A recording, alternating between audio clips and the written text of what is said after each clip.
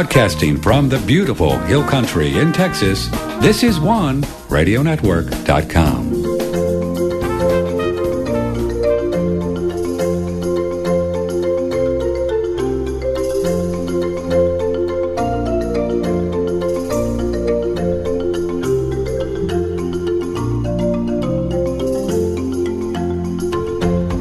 And a very pleasant good morning to you. This is Patrick Timpone. And you've got OneRadioNetwork.com. It is a froggy Tuesday morning here in Central Texas. Oh, it's thicker than pea soup out there. You don't want to be flying your drone today. You could lose your drone. And then you could never get it back if you fly your drone over places. Well, good morning. 888-663-6386 is our telephone number. That's 888-663-6386. Write that number down. You'll probably need it to call and say hi to Andreas Moritz or Dr. Jack Pruitt today. That's who's on the show. We love talking to Andreas. He's a good one. Just a second. Dr. Jack Pruitt, who's an OBGYN, who hung out with Dr. Ron Paul for a lot of years. And Dr. Pruitt says, the gods must be crazy, or why are we so crazy? And he says, well, it's because that if you look at the Bible and stuff, it's really not the God you're thinking about when you look at the biblical God. It's actually from another planet. Wow. Well, that'll be fun. That's in 1 hour. On Andrew Goss tomorrow at 9 o'clock. Michael King, Vitality Herbs, coming on Thursday. Julia Shopik. It's quite an interesting lady talking about honest medicine. We could use a little bit of that. Open Phone Friday. A lady cured herself of breast cancer next week. We're going to go back to Europe and talk to Allison Adams about mercury and stuff. We liked her so much and really just barely dipped our toe in the water with her work, and so she's back. And more about cancer, too, next week. And then F. William Engdahl to give us an update on what's going on in the world over in Europe. The Russian people are starting to protest, 50,000 people on the streets over there. What's that about? And then we'll kind of wrap things up before our Christmas vacation with Dr. Richard Massey, special holiday show, and also Open Phone Friday, and we're going to give away some presents and stuff from some of our sponsors. So our email this morning and every morning is patrick@oneradionetwork.com. We're going to move out to near Greenville, South Carolina, and say hi to Andreas Moritz, who has written so many books. Timeless Secrets of Health and Rejuvenation, one of his classics, The Amazing Liver and Gallbladder Flush. Cancer is Not a Disease, Lifting the Veil of Duality. And his latest book is Vaccine Nation, Poisoning the Population One Shot at a Time. Senor Moritz, good morning. How are you? Good morning, Patrick. Nice to talk to you. Do we have a beep machine or something? Do you hear that little beep going on? Beep? I don't hear a beep. That's all right. I hear a beep, but I hear things in my ears all the time. Doctor, can you help me? That's a good one. Enjoy the music. Enjoy. Is that what you tell your patients? They said, I have tinnitus and enjoy the music? Well, yeah, there's always a form of friction that creates extra sounds and extra frequencies that the person may hear. And usually it is because of congestion. The congestion occurs usually in the gastrointestinal tract, and toxins are backwashing all the way up into the throat area, the chest and throat, and from there they move into the auditory ducts or eustachian tubes.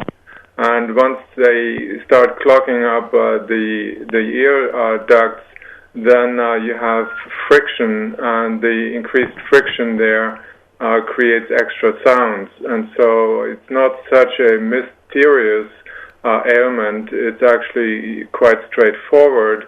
And by cleaning out the intestinal tract and improving the digestion and avoiding lymph congesting foods and mucus producing foods such as meat, chicken, fish, eggs, cheese particularly, and milk products, then the congestion subsides, the bacterial growth in these parts of the body subsides too. There will be no toxins produced in the inner ear area, and the ears will be clear and free. So similar to what we find oftentimes with the little kids who get ear infections and they get the tubes in the ears and all that, so often over the years we've heard that the moms that take the kids off of the commercial dairy from the local Safeway and stuff, that the ear infections go away. Oh, absolutely. It's one of the easiest things to clear up.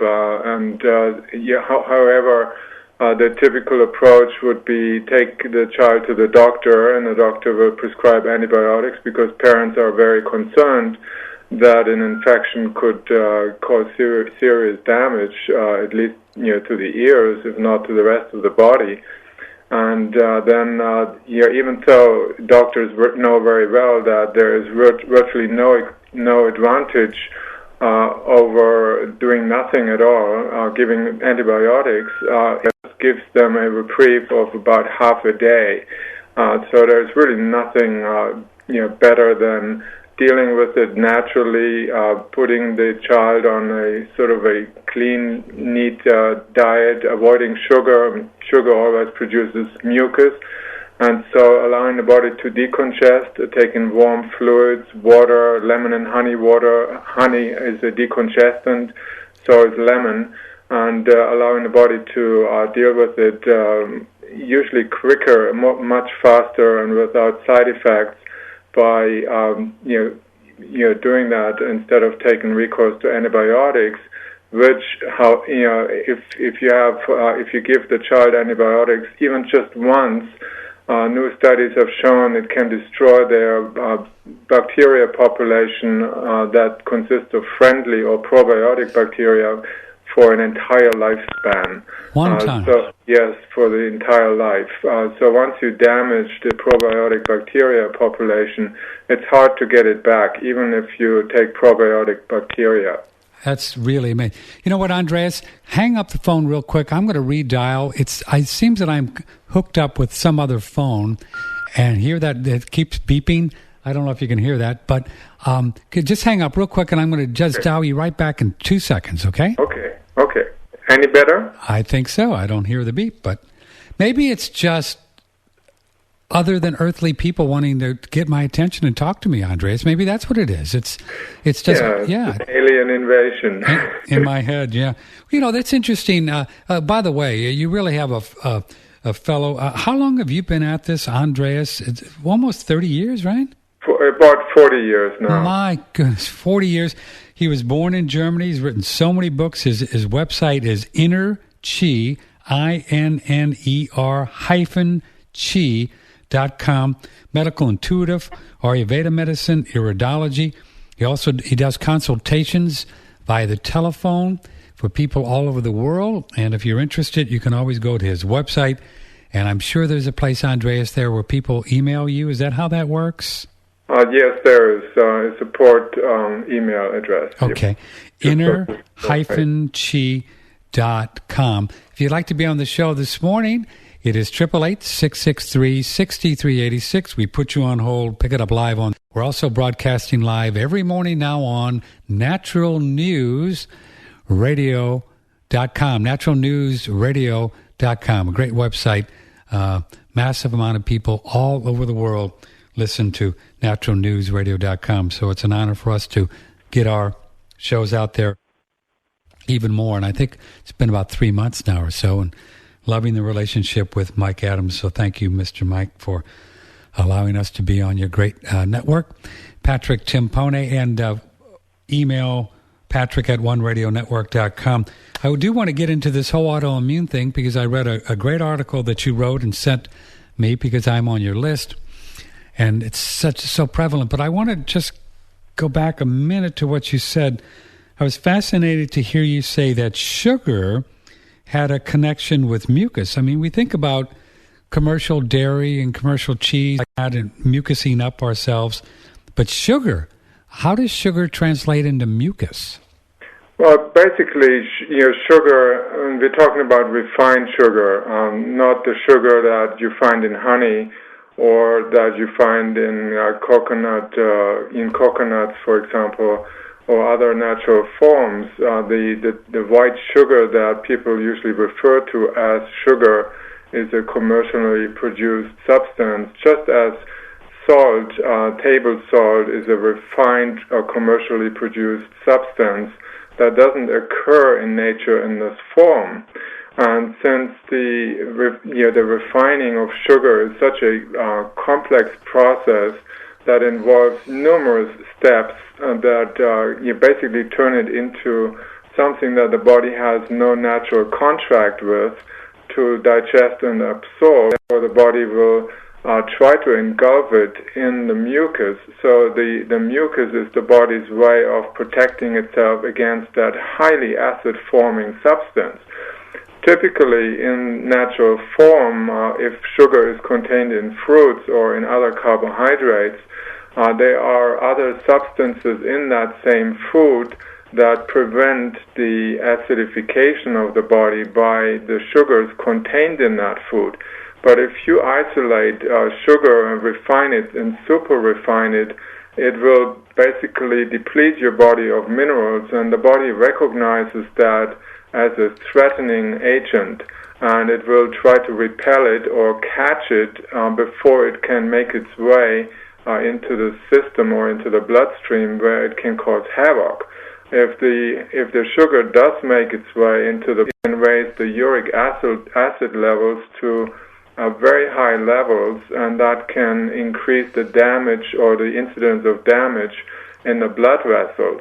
And once you have that, or you have an accumulation of excessive uric acid crystals that the body can no longer get rid of because there's far too much of it in the blood, then you can develop gout, a very painful condition of the joints or other arthritic conditions. But the damage to the blood vessel walls can be severe, particularly in the coronary arteries. When the damage occurs, you will have an inflammatory response there, and the inflammation can lead to bleeding, and a blood clot may escape the blood vessel wall and enter the heart or the brain, which can cause a heart attack or a stroke. So it's not such a simple thing. Well, have some sugar, have a little bit of ice cream and whatever artificially produced foods, then you are putting yourself at risk greatly of developing heart disease or high blood pressure or other diseases of congestion. So when we hear about young men, 50, 60, going in and seeing 4 or 5 arteries, I mean, the blood, clogged up, and this has happened to vegetarians who, and they call it, I think they call it metabolic syndrome or syndrome X, and there's too many of the complex carbs, the wrong kind of carbs, and also sugar can clog up your arteries, can it not? Oh, absolutely. Sugar is one of the leading causes of arterial block. You think of what the body does in order to prevent a heart attack or a stroke. It's quite incredible. It's very innovative. Basically, when there is an inflammatory response and there are little lesions and wounds created in the artery walls, given the consumption of a lot of high fructose corn syrup or sugar, which raises the uric acid levels, then the body will dispatch a substance called LDL, bad cholesterol, or VLDL, very low-density lipoprotein.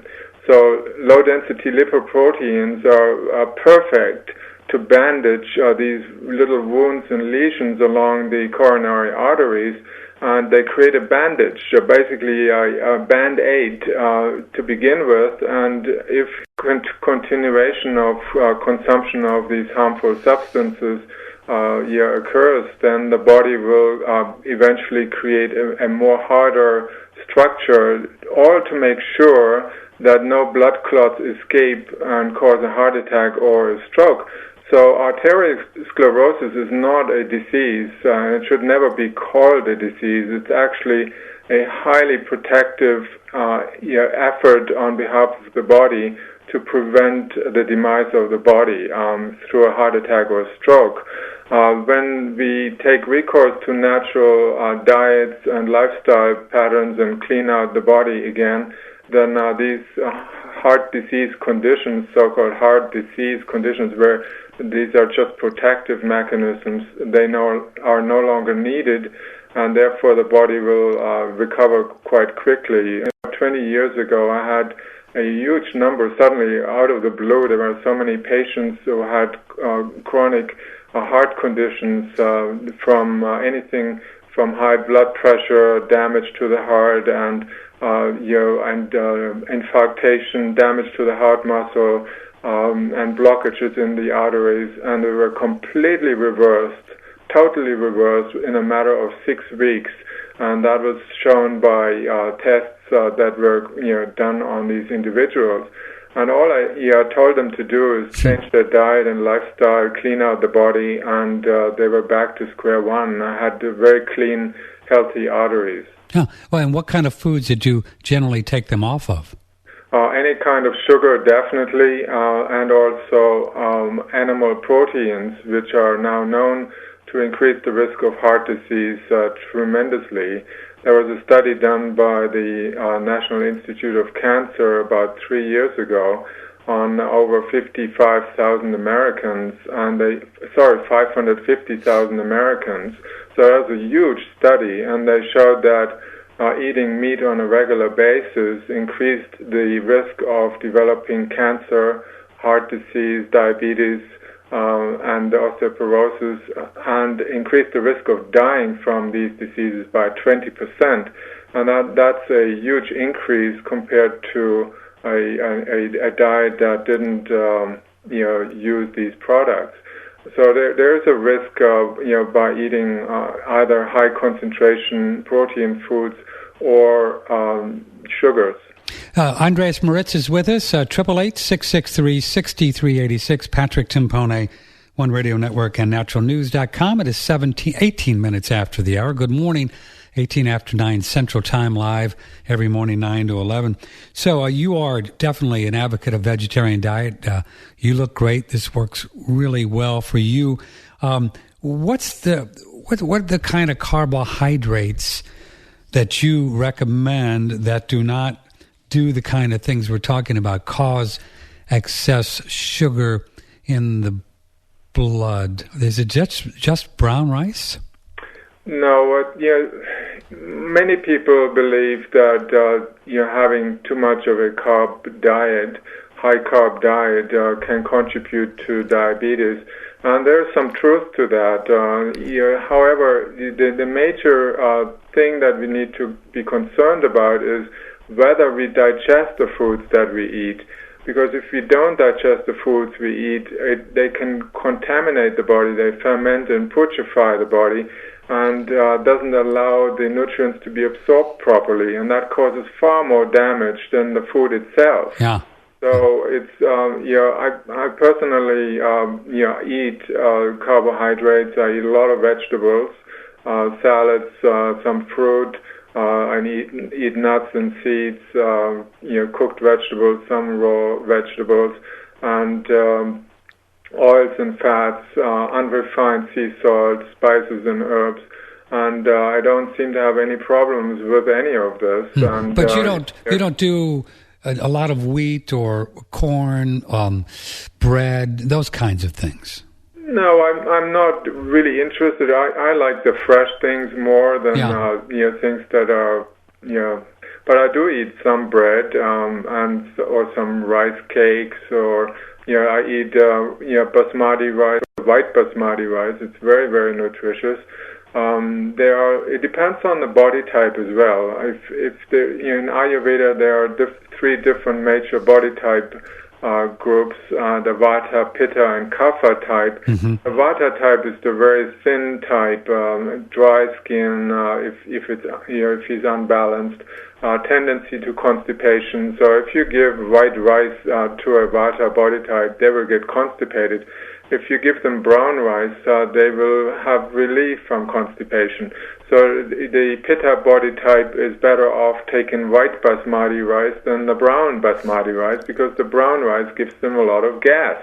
So it depends on the person. We shouldn't say that every food, particular food, is good for everyone. There is a difference between body types, because each body type digests food in a slightly or majorly different way, and that's determined by the secretion of particular gastric juices. The Vata type doesn't make very much hydrochloric acid, whereas the Pitta type does produce a lot. So there are differences in regard to what the body is capable of doing. The Kapha body type doesn't make enough bile, so they are actually better off not eating too many oils and fats, whereas the Vata type needs a lot of fats and oils, otherwise they dry out, literally inside and outside. Mm-hmm. So it's important to recognize the differences between body types, and not just have one food for everyone. Sure. Yeah, well said. I think that folks could look into some of the books of Dr. Vasant Lad, L-A-D. He's got some neat books, doesn't he, Andreas? And this Ayurveda idea of the different body types has been around, 5,000 years or so. I think there's definitely something to it. I mean, if you could actually look at it and say, well, this person could do good on white basmati rice and not do well on brown rice, that's pretty interesting, isn't it? Yeah, it is. I've written extensively in my book, Timeless Secrets of Health and Rejuvenation, about all the different body types and why some are digesting certain foods, whereas they don't, others don't digest. It's just like in the rest of nature. A particular animal out in the wilderness has a preference to certain foods and will never touch other foods. Yeah. So they have an instinctive way of determining what foods, what diet is good for them and which one is not. Likewise, we are not all made in the same way. There are the thin body types, light build, light bones. You can see their skin is very thin. It's just, you see the bones sticking on the back of their hands, they show up, and the veins show up, whereas the heavy-set, athletic build Kapha body type has a very thick skin. You can never see the bones anywhere. They're very, very beautifully covered. And so each person responds to food in a highly different way. And it's good to know a little bit about the natural body types that are created. There are certain types preferred in different countries. Like in Mexico, you have more Kapha types than you, for example, have in Denmark. Mm-hmm. Do you think we inherit? I guess we inherit some of the body type tendencies from mom and dad as well. Certainly, look at a Pitta body type. If both parents have fair, blonde hair or reddish hair, they will give birth to children that have reddish hair or red hair and freckles, in their faces. And so their skin is fair and, light-colored, sometimes even whitish. And when they go out in the sun, they burn they're the first one to get a sunburn. Whereas if you look at a Kapha type, they hardly ever get a sunburn. Their skin is very thick. They don't have blemishes on their skin, and therefore they respond to any natural occurrences in a different way. And it's good to know about these timeless secrets because they are very precious when we want to determine our own health. Yeah. Boy, I tell you, Andreas, I've sure learned over the years. I'm a probably Vata Pitta kind of, you can see a lot of my veins are very small, and those of us like that, and there are a lot of them out there, thinner folks, it seems like that we have to be very, very careful with the foods. I certainly do. I can't get away with eating a lot of stuff that doesn't work for me because it really it really kind of just makes you crazy. That is, and that's actually a sign of good health, because why is that a sign of good health? Because the body is always very careful in trying to get rid of something that doesn't belong in there. So if you're very congested, your body will not react properly anymore, and that has something to do with the weakening of the immune system. When there's congestion, it's just hard for antibodies and other substances that try to engulf the toxins and remove them. That ability is diminished when the body is clogged up because the juices and substances are just no longer flowing through the system properly. So if a person has high blood pressure, the chances for you reacting to wrong foods is actually lower. Wow. So when the person is actually healthier, cleaner, then he's going to react to something harmful much more readily, and is trying to get rid of it very, very quickly. Either you will have diarrhea, or you vomit, or whatever. So these are natural responses by the body to keep itself clean and healthy. Very interesting. So the unhealthy person will not react. Sometimes people who are very, very unhealthy, they don't catch a cold anymore even. So they don't even get the chance to have a good clean out. And that's a shame, because gradually the body is accumulating toxins to a point where then suddenly there will be a heart attack or a stroke or something very severe like liver failure or kidney failure that is very difficult to remedy once the damage has been done. Oh, that's fascinating. So it's much like life, I guess, in a sense, Andreas, where when we have the little challenges, then we're learning, and we have them because we want to change and grow. And then when we don't even see the challenges, when we're just asleep, well, then they just kind of build up. That's correct, yes. Yeah. Well, I'm not right very often, so I hope this is taping this. It's at 28 minutes after the hour. If you have a question for Andreas Moritz, it is 888-663-6386. So let me ask you about this autoimmune idea. Basic understanding, and I want to know if this is even close. Do you think, with all of your study, over 40 years, that the body will actually attack part of itself because it's confused, and there's parasites or viruses or bacteria, that the common belief of this autoimmune attacking the thyroid or attacking the joints? Is that going on? Is that what autoimmune problems are?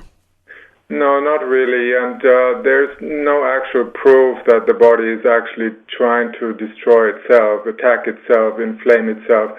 That is not the entire truth. It is a partial truth, and sometimes a little knowledge is a dangerous thing.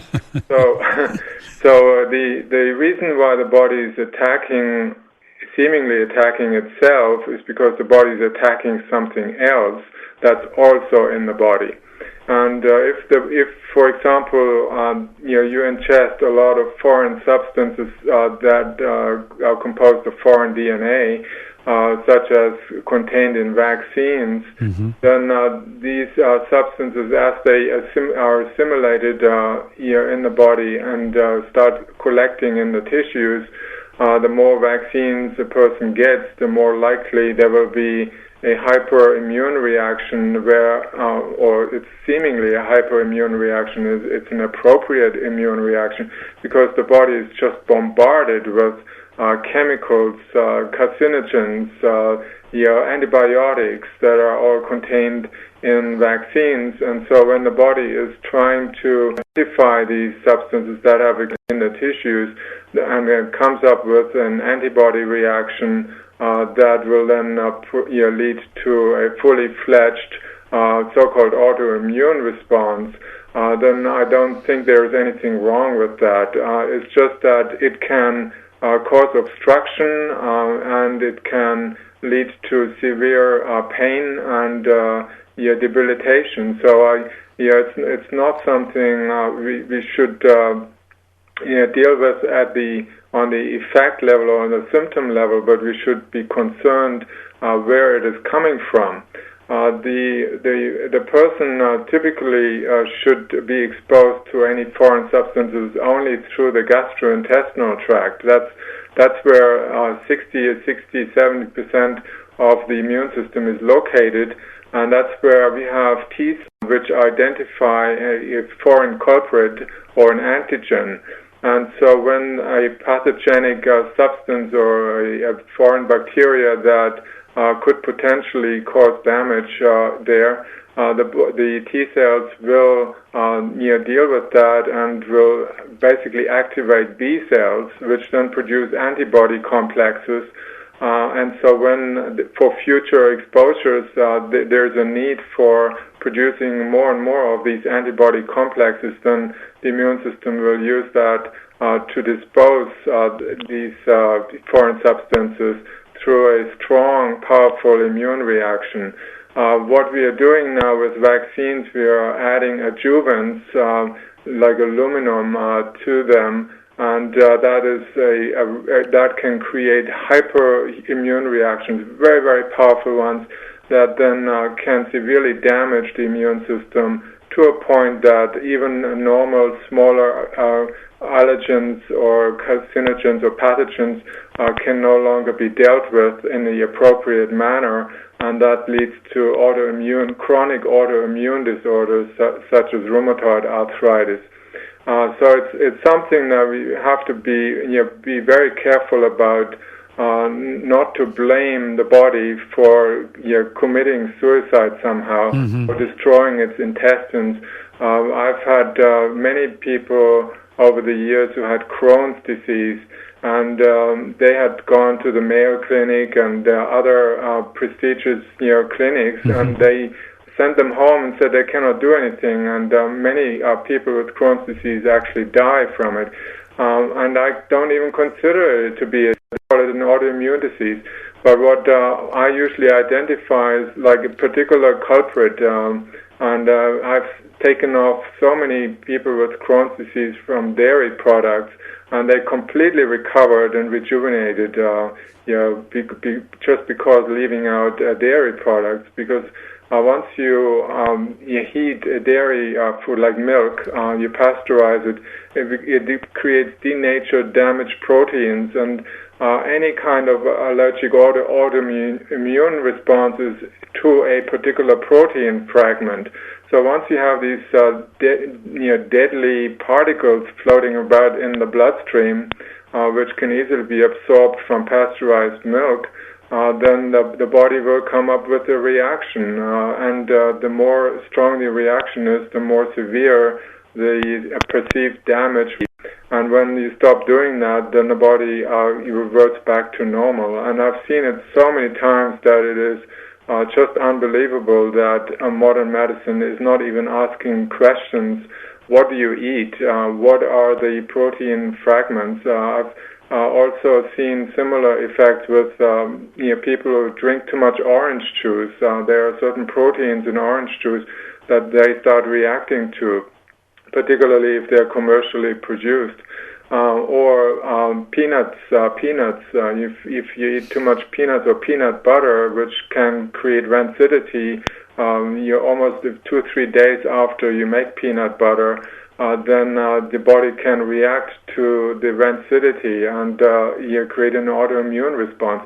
So there are simple things that one can do to avoid that and heal many, many ailments that just disappear as quickly as they came, if you follow those advice. Yes.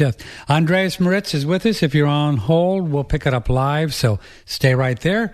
Andreas Moritz's website and all of his books is Ener-Chi,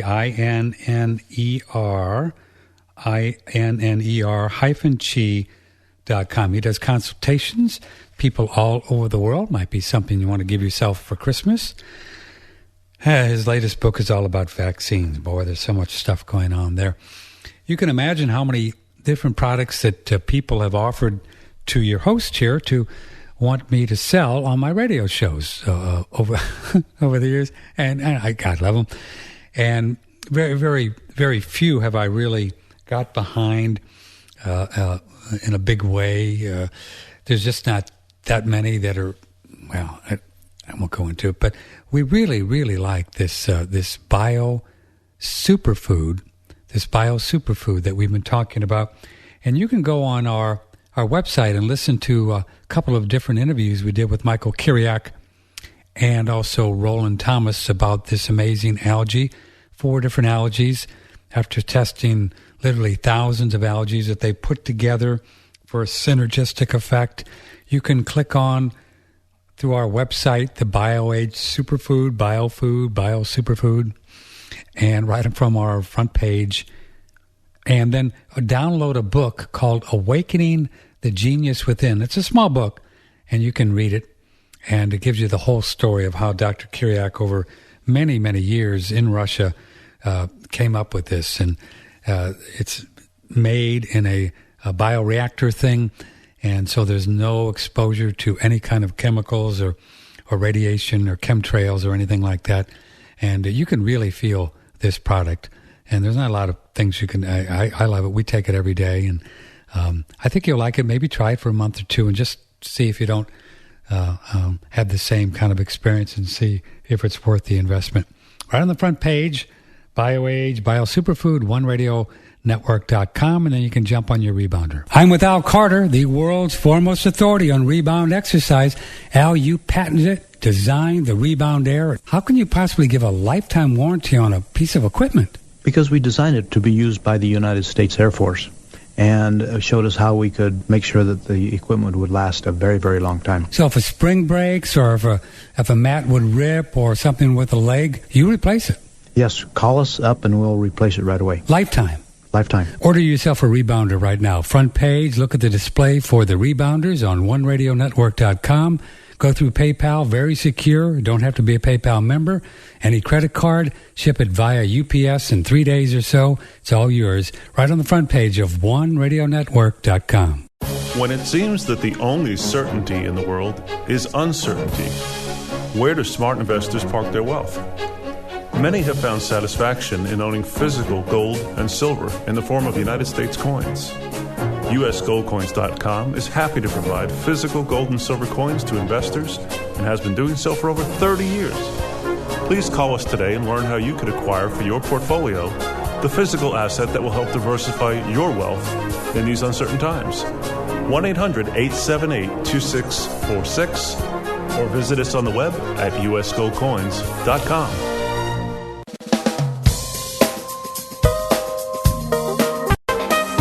Broadcasting from the beautiful Hill Country in Texas, this is OneRadioNetwork.com. Talk to Patrick now, 888-663-6386, or email patrick@OneRadioNetwork.com. Well, I hope you're enjoying the show as much as I am, because if you are, well then, gosh, man, we got it made with Andreas Moritz. And it is 21 before the hour. Jack Pruitt says the God you may be thinking about, maybe not the right one. Well, that's coming up here. Let's take this call here. Hi, what is your first name, and where are you calling from? This is Francis from Edmonton. Hi, Francis. You're on the air with, you have a question for Andreas Moritz? Yeah, good morning. Good morning. To you two guys. Yeah. Hey, Andreas, my MD, right, has told me that I suffer from an overactive immune system, right? Mm-hmm. And I know that, I don't know if you can answer all my questions in this short of time, but I can run a few things by you, and I would just like to hear what your comments are, right? First of all, I haven't had any vaccinations for at least 50 years, right? Secondly, I suffer from extreme arthritis. Huh. That's what my doctor says. My autoimmune system is way overactive. Mm-hmm. And I'm very careful about what foods I ingest for a lot of years now. And I never catch colds or the flu. And I'm just wondering if you can maybe point me in a direction to help, like that may be causing this my immune system to overreact. Right? Let me ask Francis, and then Andreas will jump in. How long has the arthritis been going on? Oh, since I was a teenager. My goodness. Yeah. My goodness. How old are you now? I'm 62. Just a kid. So it's been going on for 40 years? That's correct. My goodness. What do you think about that, Andreas Moritz?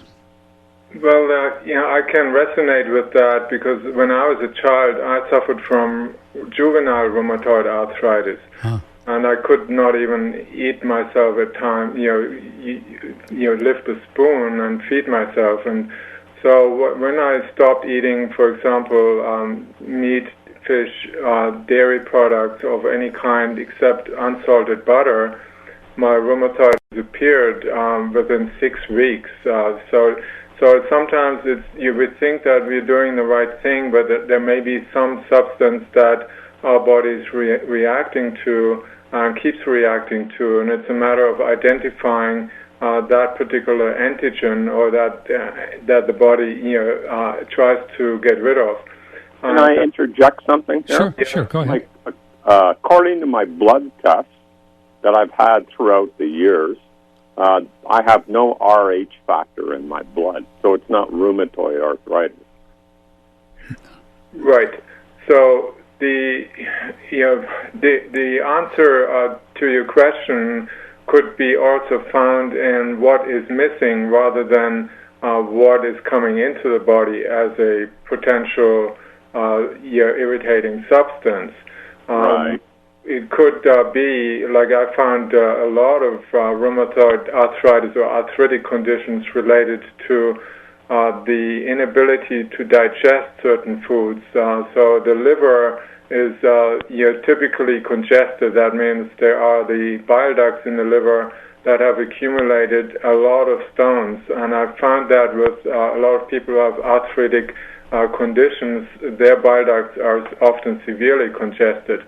So a series of liver and gallbladder flushes often remedies that pretty neatly. Again, I've seen so many people who cleaned out their liver and the arthritis or pain in the body and the deformation of joints disappeared, simply because the opening up of the bile ducts of the liver increases the... I don't know how we got disconnected, but stay right there, Francis. We're talking with Andreas Moritz. It's 17 minutes before the hour. Somehow we got connected there, but we're going to cook right back up. Thank God for speed dialing. Patrick Timpone, OneRadioNetwork.com, and NaturalNewsRadio.com. 40 years, Francis, of this going on. That's crazy. Man, that's... Hi, I'm back. Okay, well, I don't know what happened there. So let me say... ask, Francis, have you ever done any of these liver gallbladder flushes? A lot, yeah. Oh, you did. You've done a lot, huh? Yeah, and I'm really into raw herbs as well too. Yeah. Well, Andreas, I'm wondering, have you ever come across some really good, accurate tests to see exactly what kind of foods that we could possibly be reacting to that we don't know? Yes, and typically they would be measured by, you can do a simple test. You eat something, and if you find that your pulse rate goes up way higher than normal, then you do have, you should experiment with that food. See if by leaving out you have an improved condition. Then there are other factors that are non-physical altogether. That there are certain issues, and again, there's a lot of scientific research in this field as well, and even the CDC has written about it on their website, that many conditions are related to an unfinished or an old conflict that has been there for a long time. Sure. That has never been dealt with, where we are feeling rigid in a certain area in our behavior or relationships, and by making peace with that, which is not something I can explain in 2 minutes, but to get into a calm state of mind, there are some techniques, sacred sanctimony, which I do personally, or emotional freedom technique. There are things you can do for yourself to identify some of the unfinished or conflict situations that may be there or have been there for a long, long time, dating back to the childhood era, where these are still there in the subconscious mind. Sure. And they create biochemical changes in the body, where when we are reminded of them by eating certain foods, for example, the immune system becomes hyperreactive and secretes these antibody complexes, or you have some other reaction that then leads to an inflammation. Yeah, Francis and others, thanks for the call, Francis. Hope that was helpful. But Can I ask one more question? We really have to move on, Francis, okay? Go ahead. Yeah, but thank you. But, Francis, we've done so many shows on the whole emotional, spiritual component with this. I would look there, but go ahead and ask another question. I'm sorry. We have time. Go ahead. Okay, I'm just wondering, Andreas, is there, like the condition of my body, is there any way to reverse what's taken place, or am I just wishful thinking here? The calcium deposits in my joints. Well, I would never say that a condition is not reversible. Because I've seen so-called miracles happening even after a condition has prevailed for 40 years or more. Wow. And so I personally suffered from severe debilitating conditions where doctors had told me I had 1 year to live. And so I didn't believe that, and I'm really in the best of health that I've ever been, and my body is doing everything that I wanted to do. So there's just nothing in that that you have to have and live with a certain condition. Sometimes it takes a while to figure out where the causes are, because nothing happens without a cause. Every effect or symptom is related to an underlying cause. And in my own case, in certain with certain regards, it took me 20 years to find out how to clean out my liver, for example, or find out why sunlight is so important. The first time I wrote about it, that vitamin D is one of the most crucial substances to have a healthy, balanced immune system.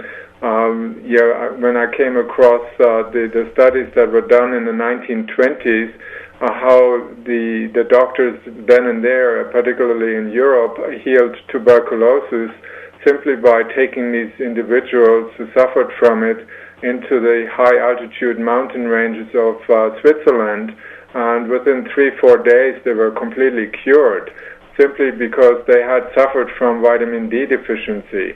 And so it's a matter of finding out where the original issue is. There's a system called German New Medicine that has some credit in reversing conditions that are considered irreversible, simply by ending an underlying conflict that may have happened a long time ago, and that is almost like disappeared from the conscious mind of the person, and then balancing that, bringing it to a conclusion, and miraculously their health conditions disappeared like magic. Wow. Hey, so Andreas, perhaps I should contact you offline here. Yeah, that might be good. Because I have a feeling I know what... I have actually stopped doing health consultations about 2 years ago. So. Oh, I'm sorry. Yeah. So because I'm focusing on writing and many other, developing some healing modalities and doing a lot of other work, which I had to make that decision, because otherwise I would never get any new books done. So, Francis, why not this? So I really support you in this idea that you don't have to believe that you can't turn anything around, right, brother? So also email me, and let's put our heads together and see if we can find somebody that you can work with.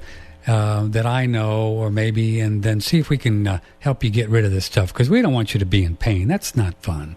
Yeah, well, I have a feeling I know the event that...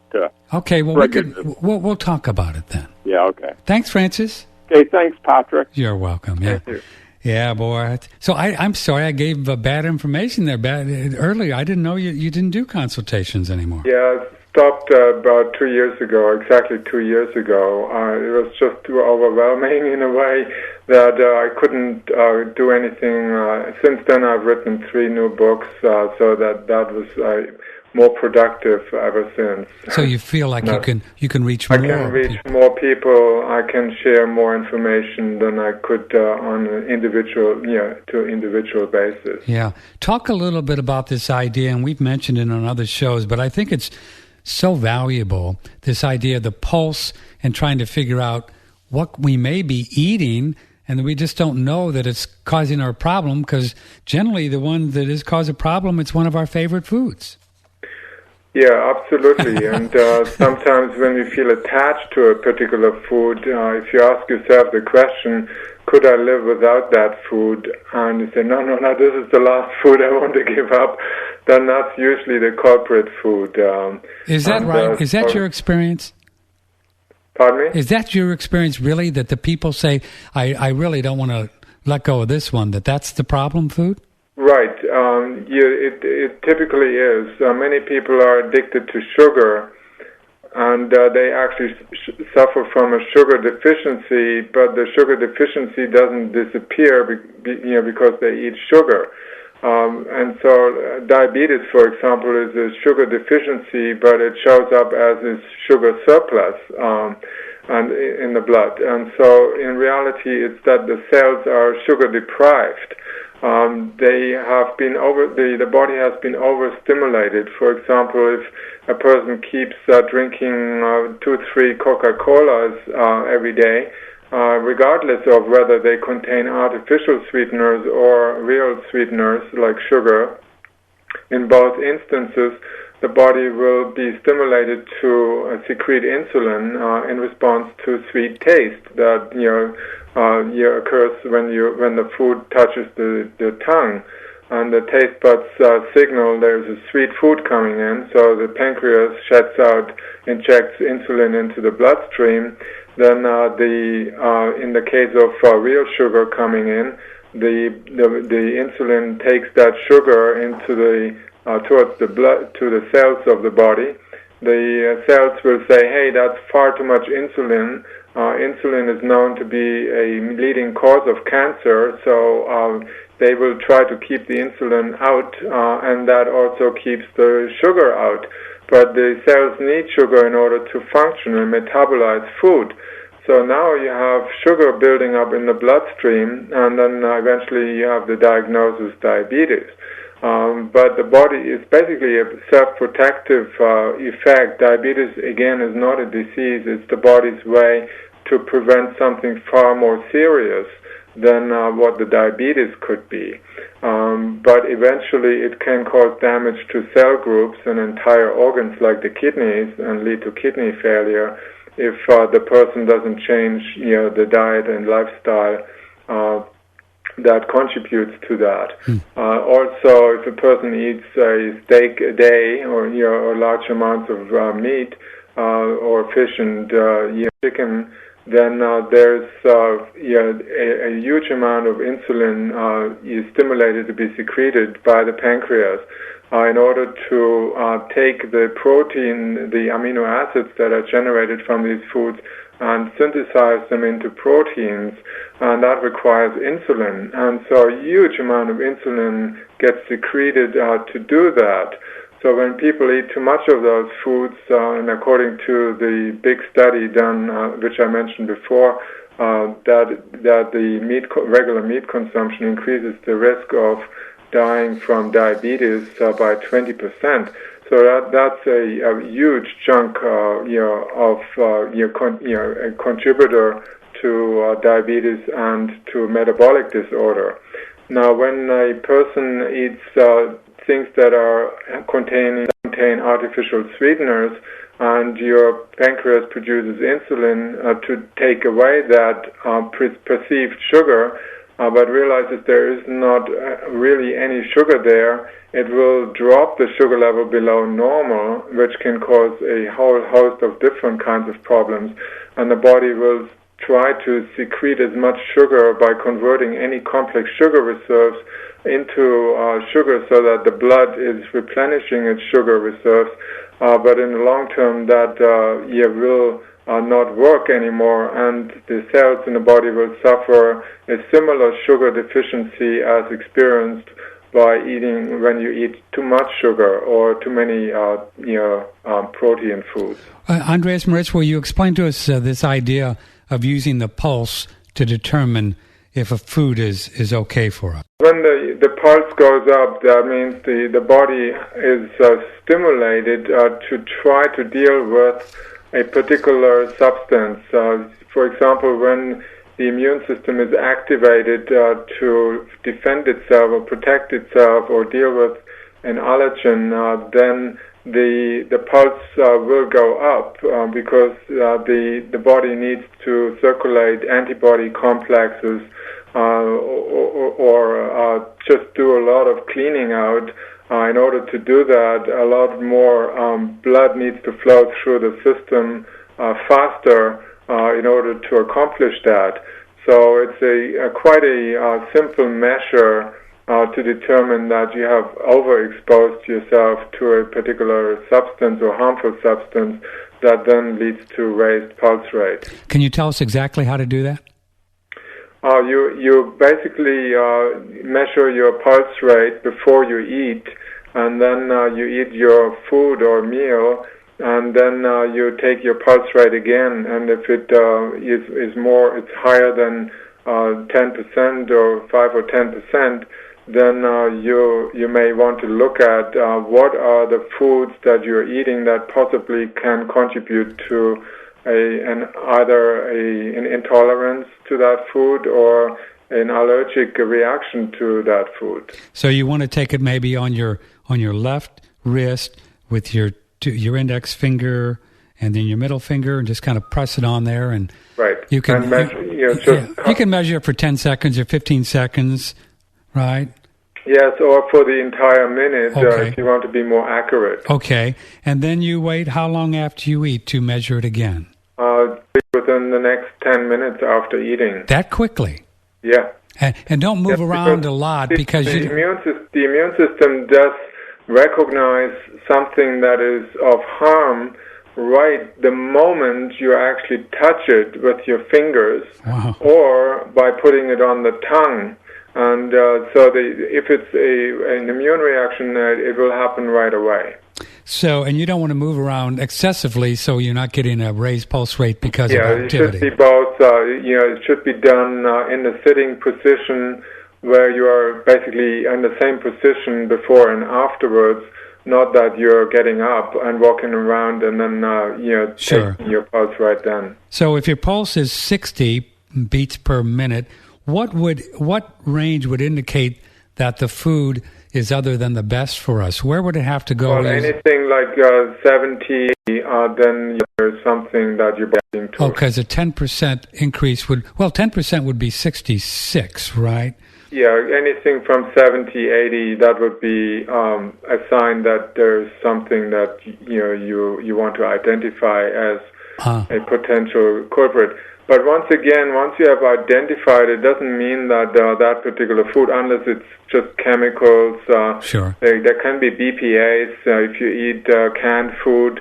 There can be other contaminants, MSG, which typically raises the pulse rate. That is added to many foods in form of many different names.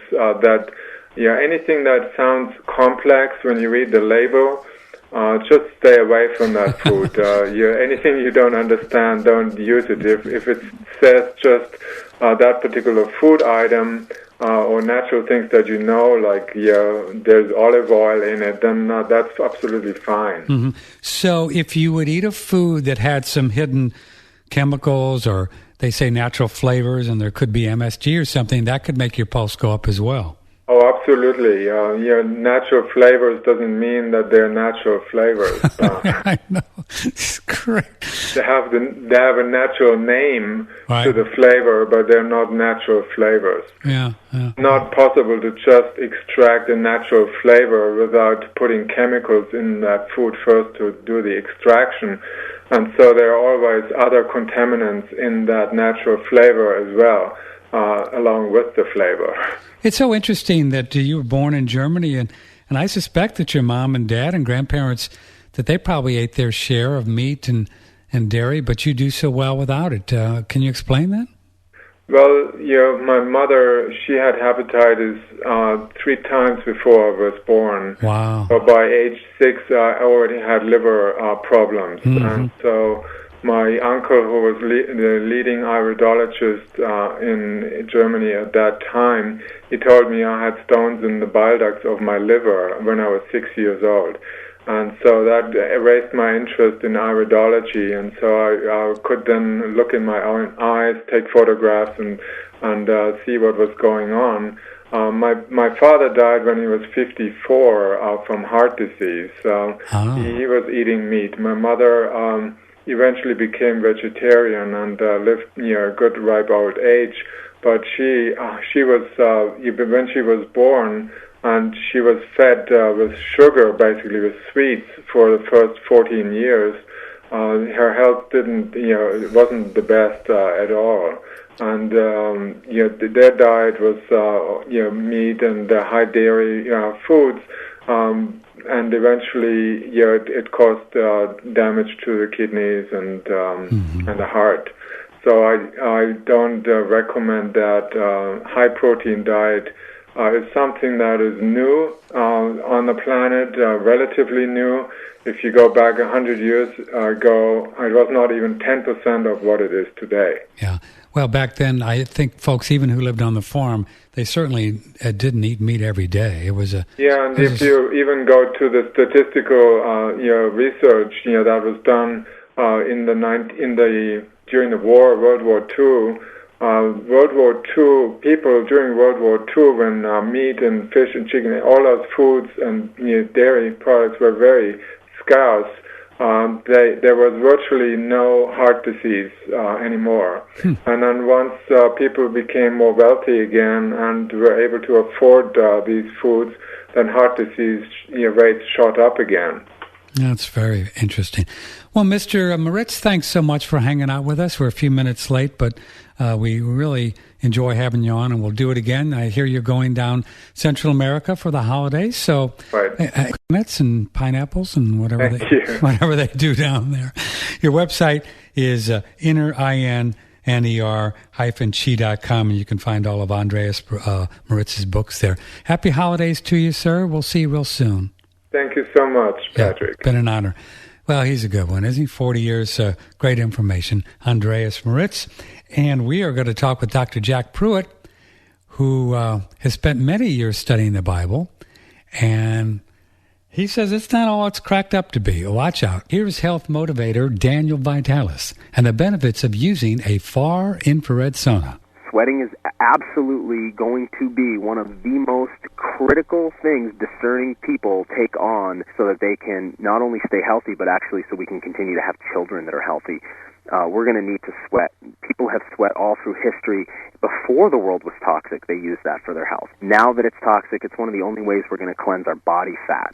Our body fat is where we store so much of the environmental pollution. And by the way, one of the great things about sweating is it's how we detoxify fluoride.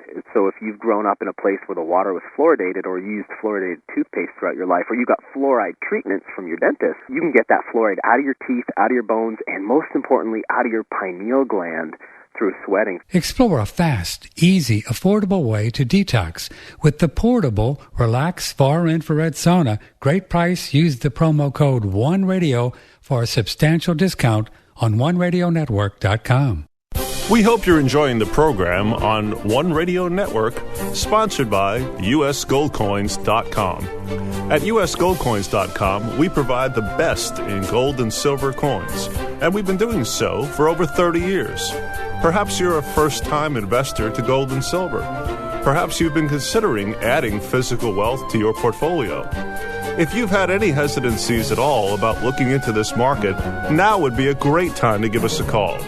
1-800-878-2646 or log on at usgoldcoins.com. We'd be happy to help educate you and provide you with the best in gold and silver coins. Call us today at 1-800-878-2646. Whether you're a seasoned investor or a first-time person to the entire market of gold and silver, we want to be your resource. And you can reach us toll-free, 1-800-878-2646. And that, of course, well, maybe not, of course. If you're new to the show, that is Andrew Goss's company. And you can also talk to Andrew personally, and I'll give you his number here, 800-468-2646. And in this day and age when everybody and their brother, sister, and uncle and aunt are trying to sell you gold and silver, you want to make sure that you talk to somebody who you trust. And I've known Andrew for 15 years or so, and I trust him. So there you have it. 800-468-2646, 2646, 2646, 2646, 2646, 2646, 2646, 2646, 2646, 2646, 2646, 2646, 2646, 26.